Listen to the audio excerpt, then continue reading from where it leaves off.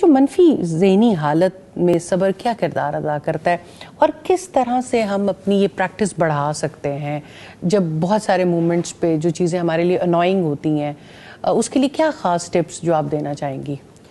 جزاک اللہ خیر for asking. سب سے پہلے تو یہ کہ جب بھی کوئی اسٹیمولس یا کوئی بھی ایونٹ ہمارے سامنے آتا ہے، دو طریقے ہیں اس سے ریکور کرنے کے. یا تو آپ رسپانس کر دیں یا آپ ریئیکٹ کر لیں. بائی ہک اور کروک آپ نے اس پہ سے گزرنا ہی ہے. چاہے آپ چاہیں یا نہ چاہیں، آپ اس کو کوپنگ میکینزم یوز کریں، روئیں، جو بھی آپ کوپنگ میکینزم یوز کرتے ہیں، لیکن at the end of the day آپ نے ورڈ یوز کیے، یا آپ نے رسپانس کرنا ہے یا آپ نے ریئیکٹ کرنا ہے، یہ بھی ذرا تھوڑا سا ایکسپلین کیجیے گا. انشاءاللہ میں اس کو آگے بالکل. دیکھیں، اکثر یہ ہوتا ہے کہ ہمیں غصے کو میں سب سے پہلے فوقیت اس ٹاپک کو اس لیے دے رہی ہوں کیونکہ اکثر جب بھی ہم کسی مینٹل ہیلتھ اسٹریس سے گزر رہے ہوتے ہیں تو سب سے پہلے جو ایشو آتا ہے نا، وہ ہمارے اندر اینگر کا آتا ہے. وہ اس وجہ سے کیونکہ ہم چیزوں کو بہت اچھے سے ڈیل نہیں کر پا رہے ہوتے.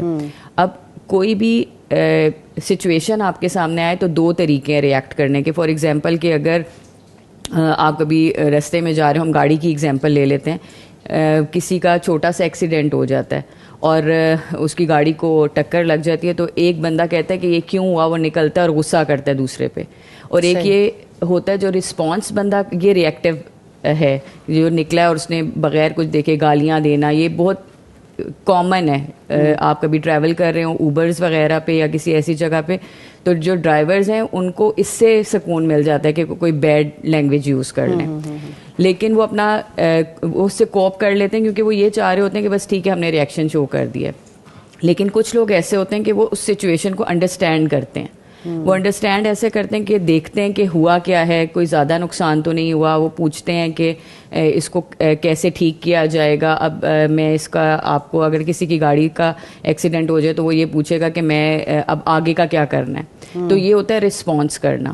جب ہم صبر کرتے ہیں تو ہم پازیٹیو مائنڈ سیٹ ہمارا ہو جاتا ہے، کیونکہ ہمارا رسپانس کر رہے ہوتے ہیں. سیروٹن جو ایک ہمارا کیمیکل ہے، وہ نا ہمارے ایموشنس کو ایکٹیویٹ کرتا ہے، تو وہ چینلائز بھی کرتا ہے. جب ہم صبر کر رہے ہوتے ہیں تو وہ سارے ایموشنس جو ہوتے ہیں نا، وہ کنٹرول میں ہوتے ہیں ہمارے، کیونکہ اللہ سبحانہ و تعالیٰ نے صبر میں ایک ایسی طاقت رکھی ہے کہ ہمارے پاس کوئی بھی نہیں ہے. ہمارے پاس ہمارا کوئی دوست نہیں ہے. جس طرح سورہ عنکبوت میں آتا ہے کہ یہ مکڑی کے جالے کی طرح سارے سہارے ہیں. تو اس سچویشن میں جب ہمارا اللہ تعالیٰ کے ساتھ کنیکشن ہوتا ہے تو ہمیں وہ انڈیپینڈنٹ کر دیتا ہے. صبر جو ہے، اس سے گزرنے کی طاقت بھی ہمیں مل جاتی ہے. صبر جمیل جو کہا جاتا ہے، اس کے پیچھے ایک بہت ان ڈیپتھ، اگر ہم اس کو پڑھتے ہیں سائیکالوجی کو انڈرسٹینڈ کرنے کے لیے، ہیومن بیہیویئر کو انڈرسٹینڈ کرنے کے لیے، تو صبر جمیل ورڈ میں اتنی طاقت ہے کہ یہ ایک انڈیپینڈنٹ کر دیتا ہے انسان کو. ہم کسی پہ ڈیپینڈنٹ نہیں ہے، ہمیں اللہ تعالیٰ نے ہیل کرنا ہے. تو یہ رسپانس اور ریئیکشن جو ہے نا، ہماری دو ہی اسٹیٹ ہوتی ہیں. ہماری زندگی کے فیزز جو ہوتے ہیں وہ دو طرح کے ہوتے ہیں. ایک پہ ہم نے شکر کرنا ہے اور ایک پہ ہم نے صبر کرنا ہے.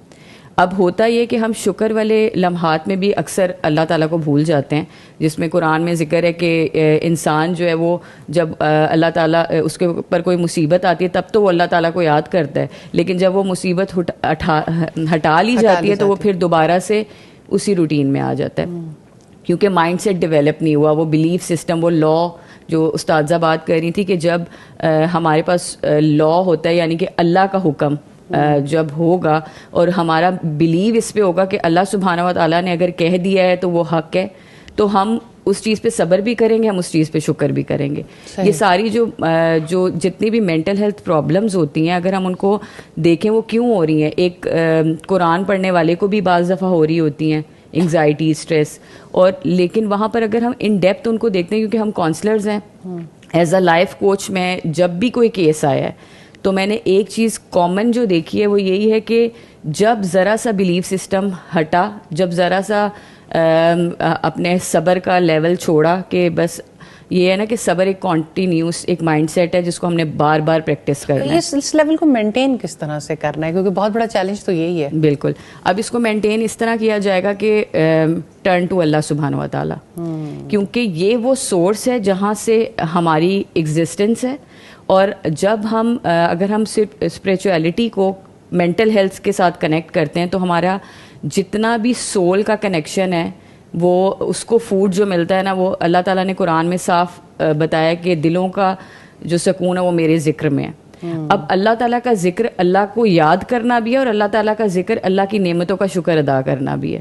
اب ہم لوگ یہ کرتے ہیں کہ ہم تسبیح پڑھ لیتے ہیں اللہ اکبر اللہ اکبر اللہ اکبر, اور ہم سمجھتے ہیں کہ ہمیں سکون نہیں مل رہا.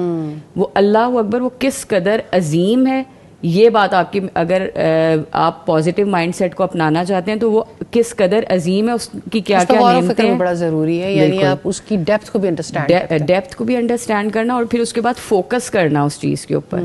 کیونکہ ہم اللہ تعالیٰ نے جو سورہ دہا میں بھی جو ڈیٹاکس جو ہمارا جو اینٹی ڈاٹ دی ہے ڈپریشن کا, وہ فیز حضرت محمد صلی اللہ علیہ وآلہ وسلم کے اوپر ایسا تھا کہ جب وہ سوچ رہے تھے کہ اللہ سبحانہ و تعالیٰ کی طرف سے وحی کیوں نہیں آ رہی, تو اس کو جب ہم اسٹڈی کرتے ہیں تو ہمیں پتہ چلتا ہے کہ اللہ تعالیٰ نے ایک بات جو صورت میں کہی ہے نا وہ ہمیں ڈپریشن سے نکال سکتی ہے.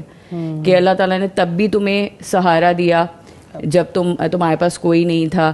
تم ان لوگوں کو پھر کہا ہے کہ تم ان لوگوں کو جو تمہارے پاس سوال لے کے آتے ہیں تم ان کو نہ جھٹکو نہ, تو مطلب آپ کا فوکس ان لوگوں پہ ہو جن کے پاس وہ نعمتیں موجود نہیں ہیں, تو بھی ہمارا پازیٹیو تھنکنگ ڈیولپ ہوتی ہے.